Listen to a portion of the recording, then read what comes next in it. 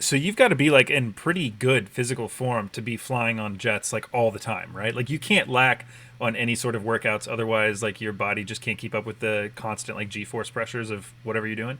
Yes and no. The actual physiologically speaking, like we talked to doctors, the best fighter pilot's going to be short, fat, and have hypertension because there's less.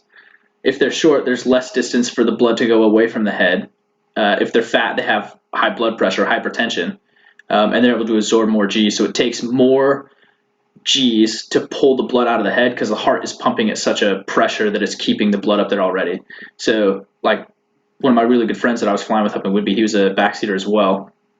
He's like 6'2", 6'3", but he runs marathons and he's a sponsored triathlete. Like does triathlons every weekend, races, podiums. Like the dude is insane. He's like, I'm gonna go on a short run today, man. And I was like, oh, like 2 miles? He's like, no, like 17.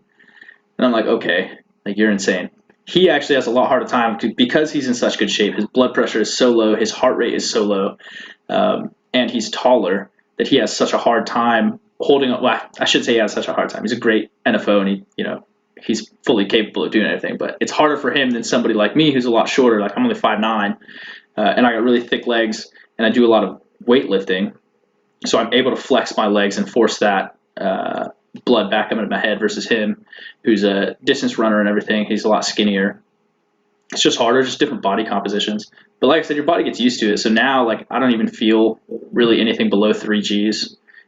I shouldn't say I don't feel it. It just doesn't affect me.